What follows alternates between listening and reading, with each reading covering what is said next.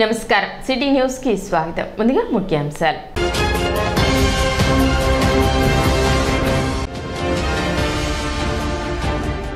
బీసీల సంక్షేమానికి కృషి చేస్తాం. తెనాలిలో జరిగిన జయహో బీసీ కార్యక్రమంలో గుంటూరు పార్లమెంట్ టీడీపీ అభ్యర్థి చంద్రశేఖర్ వెల్లడి.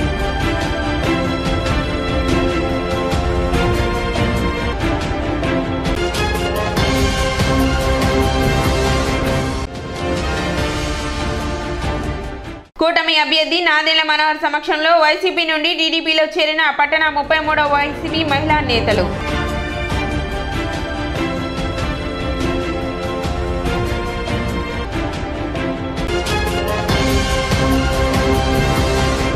తెనాలి చెంచుపేటలోని రత్న ఫార్చ్యూన్ అపార్ట్మెంట్ వాసులతో టీడీపీ ఎంపీ అభ్యర్థి చంద్రశేఖర్ ఆత్మీయ సమావేశం నిర్వహించారు.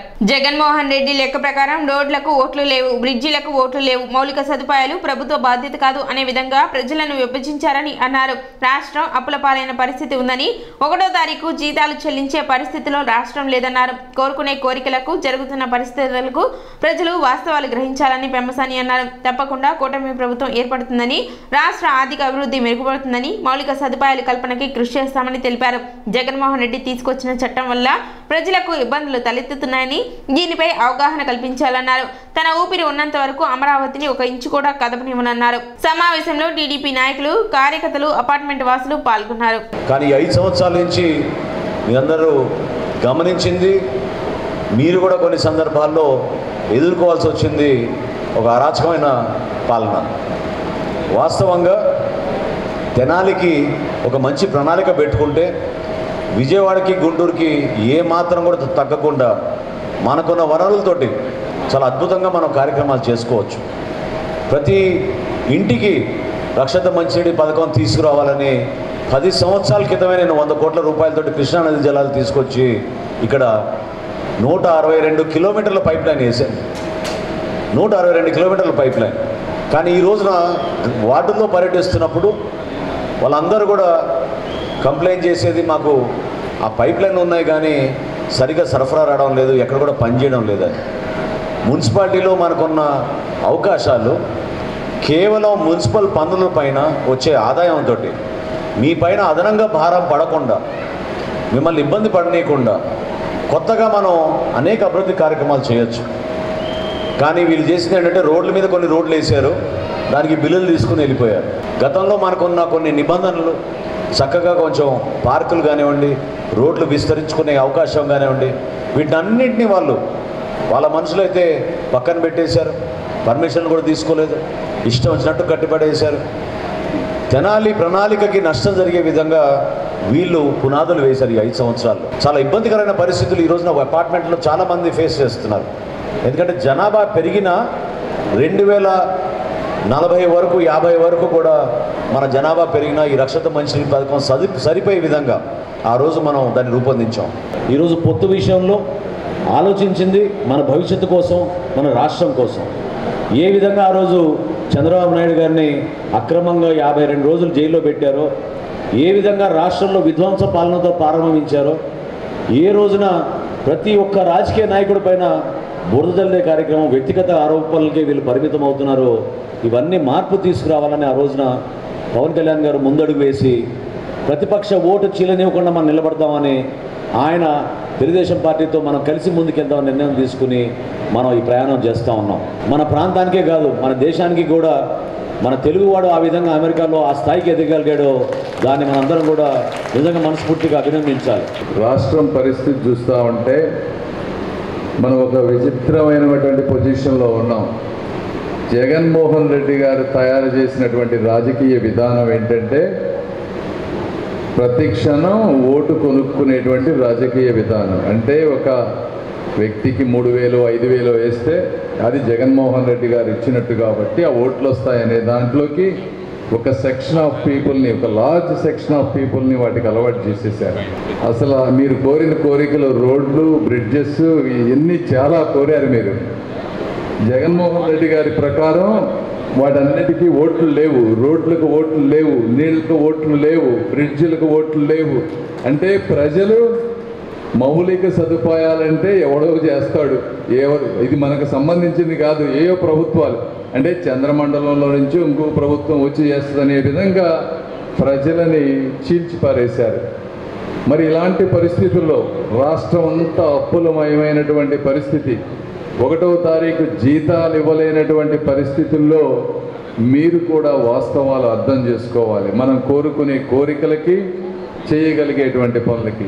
అయితే ఒకటి మాత్రం, అందరు నాయకుల్లాగా నేను కూడా మీ 10 మందికి 2 నిమిషాలు బ్రహ్మాండంగా మీకు ఆనందంగా అన్నీ చేస్తామని చెప్పొచ్చు, కానీ అది వాస్తవం కాదు. వాస్తవాలు ఏంటంటే ప్రజలకు తప్పకుండా చెప్పాలి. రాష్ట్ర ఆదాయం తగ్గింది కాబట్టి కంపల్సరీగా అయితే తెలుగుదేశం జనసేన కాంబినేషన్ పార్టీ తప్పకుండా ప్రభుత్వం రాబోతోంది. అది తెలిసి ఆల్రెడీ ఒక ఎకనామిక్ యాక్టివిటీ, పాజిటివ్ యాక్టివిటీ ఈరోజు మొదలైంది. మెల్లగా రాష్ట్ర ఆదాయం పెరుగుతుంది. ఆదాయం పెరిగిన తర్వాత 1-2 సంవత్సరాల్లో తప్పకుండా వీటిల్లో ప్రయారిటైజ్ చేసుకొని ఎక్కువ మందికి ఉపయోగపడే పనులు, తక్కువ ఖర్చు అయ్యేవి ప్రయారిటైజ్ చేసుకొని 1 by 1 చేయడానికి నేను, మనోహర్ గారు చిత్తశుద్ధితో ప్రయత్నిస్తాం.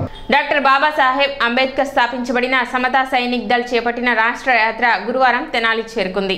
ఈ సందర్భంగా సుల్తానాబాద్లో స్వర్ణ ఇన్ హోటల్ ఏర్పాటు చేసిన విలేకరుల సమావేశంలో సంస్థ రాష్ట్ర అధ్యక్షులు పాలేటి మహేశ్వరరావు, రాష్ట్ర ప్రధాన కార్యదర్శి పిల్లి సురేంద్రబాబు విలేకరులతో మాట్లాడారు. మాట తప్పను, మడం తిప్పను, నేను విన్నాను, నేను ఉన్నాను లాంటి గొప్ప మాటలు చెప్పి అధికారంలోకి వచ్చిన జగన్మోహన్ రెడ్డి తనకు ఓటేసిన ప్రజల నమ్మకాన్ని వమ్ము చేసి ఈ 5 సంవత్సరాలు విశ్వాసఘాతుకానికి పాల్పడ్డారన్నారు. సంక్షేమం, అభివృద్ధి 2 కళ్ళు అంటూ సీఎం కుర్చీలో కూర్చున్న జగన్ ఆ రెండిట్లో దేనికి న్యాయం చేయకుండా రాష్ట్రాన్ని అంధకార కూపంలోకి తోసేశారన్నారు. జగన్ కు అధికారం, రాష్ట్రానికి అంధకారమని వారు పేర్కొన్నారు. సమావేశంలో పలువురు సమతా సైనిక్ దళ సభ్యులు పాల్గొన్నారు. మాకు ఈ రాష్ట్రంలో ఎస్సీ ఎస్టీలకు ల్యాండ్ బ్యాంకులు ఉండవు, 100 కోట్ల ఆస్తులు ఉండవు. ఏదైనా చదువుకుంటే తప్ప ఈ ఎస్సీ ఎస్టీల జీవితాలు బాగుపడిన పరిస్థితి. ఆ చదువు కోసం స్వాతంత్రం వచ్చిన దగ్గర నుంచి ఈ రాష్ట్రంలో ఎస్సీ ఎస్టీల చదువుల కోసం కొన్ని పథకాలు ఉన్నాయి.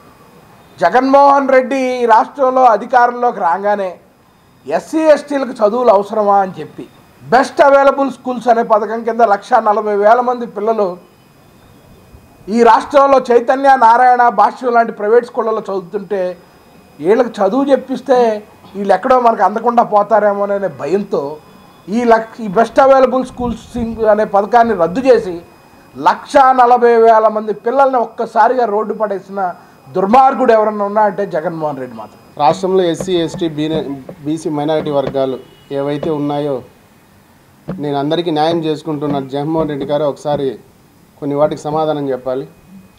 మీరు ఏదో జనాలను ఒక పాట రూపంలో, ఒక ఇతర రూపంలో చెప్పి జనాలను మోసం చేసి గ్రౌండ్ లెవెల్లో ఏదైతే ఎస్సీ, ఎస్టీ, బీసీ మైనారిటీలు ఉన్నారో వాళ్ళ ఆర్థిక స్థితి కానీ ఏ స్థితి బాగు కాకుండా కప్పిపుచ్చే ప్రయత్నం చాలా తప్పు. అలాగే ఎస్సీ, ఎస్టీ, బీసీ మైనారిటీ వర్గాలని చెప్పుకుంటే మీరు ఏవైతే పథకాలు పెట్టారో ఆ పథకాలు ఎప్పుడైనా సరే ప్రొడక్టివిటీని పెంచుతాయని ఒకసారి ఆలోచించుకోవాలి. ఒక కుటుంబంలో ఒక వ్యవస్థను మీరు మట్టి కల్పించి ఆ కుటుంబానికి నేను న్యాయం చేసుకున్నామని అబద్ధపు ప్రచారాన్ని ఇప్పటికైనా మానుకోవాలి. మేధావులు, చదువుకున్న వాళ్ళు, జ్ఞానులు ఆంధ్రప్రదేశ్లో ఈసారి ఓటు వేసే విధానాన్ని మార్చుకోవాలి. అలాగే ఎవరైతే ఆంధ్రప్రదేశ్ రాష్ట్ర అభివృద్ధికి పాటుపడతారో వారికి ఖచ్చితంగా ఓటు వేయాలని సమతా సైనిక్ దళ్ ఆంధ్రప్రదేశ్ యూత్ వింగ్ తరపున మనవి చేస్తున్నాం. తెనాలి పట్టణ 5వ వార్డులో ఏర్పాటు చేసిన జనసేన పార్టీ ఎన్నికల కార్యాలయం ప్రారంభోత్సవం గురువారం జరిగింది. కూటమి అభ్యర్థి నాదెండ్ల మనోహర్ ముఖ్య అతిథిగా పాల్గొని ఎన్నికల కార్యాలయాన్ని ప్రారంభించారు. రానున్న 10 రోజుల్లో ప్రతి ఒక్కరూ కష్టించి పనిచేసి కూటమి విజయానికి కృషి చేయాలని నాదెండ్ల మనోహర్ పేర్కొన్నారు. కార్యక్రమంలో జనసేన, టీడీపీ నాయకులు, కార్యకర్తలు పాల్గొన్నారు.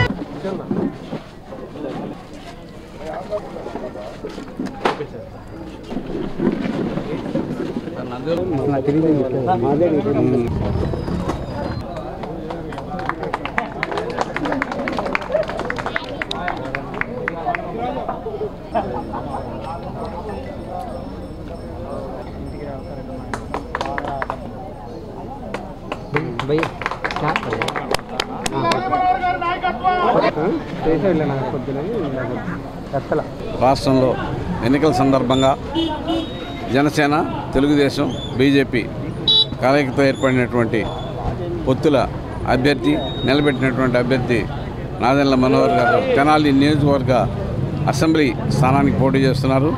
ఈ సందర్భంగా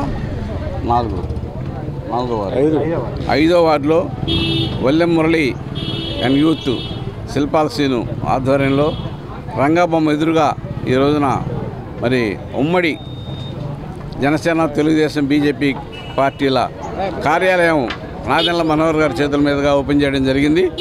ఈ సందర్భంగా విచ్చేసినటువంటి మరి వీర మహిళలకు, జన సైనికులకు అందరికీ నా యొక్క అభినందనలు తెలియజేస్తూ స్థానిక నందులపేటలోని 5వ వార్డులో మన జనసేన, టీడీపీ, బీజేపీ కూటమి పార్టీ కార్యాలయం ఓపెన్ చేశాం మన నాదెండ్ల మనోహర్ గారి చేతుల మీదుగా. అలాగే ఎమ్మెల్యే అభ్యర్థి నాదెండ్ల మనోహర్ గారిని, ఎంపీ అభ్యర్థి పెమ్మసాని చంద్రశేఖర్ గారిని భారీ మెజార్టీతో గెలిపించాలని మనస్ఫూర్తిగా కోరుకుంటూ ఉమ్మడి అభ్యర్థి నాదెండ్ల మనోహర్ సతీమణి డాక్టర్ నాదెండ్ల మనోహరం జన్మదిన వేడుకలు గురువారం ఘనంగా నిర్వహించారు. ఈ సందర్భంగా జనసేన పార్టీ కార్యాలయంలో కేక్ కటింగ్ నిర్వహించి వేడుకలు జరిపారు. నాదెండ్ల మనోహర్ సమక్షంలో కేక్ కటింగ్ నిర్వహించి డాక్టర్ మనోహరంకు జన్మదిన శుభాకాంక్షలు తెలిపారు. అదేవిధంగా తెనాలి నియోజకవర్గ వ్యాప్తంగా జనసేన మహిళా నాయకులు, కార్యకర్తలు పెద్ద ఎత్తున తరలివచ్చి డాక్టర్ మనోహరంకు జన్మదిన శుభాకాంక్షలు తెలిపారు.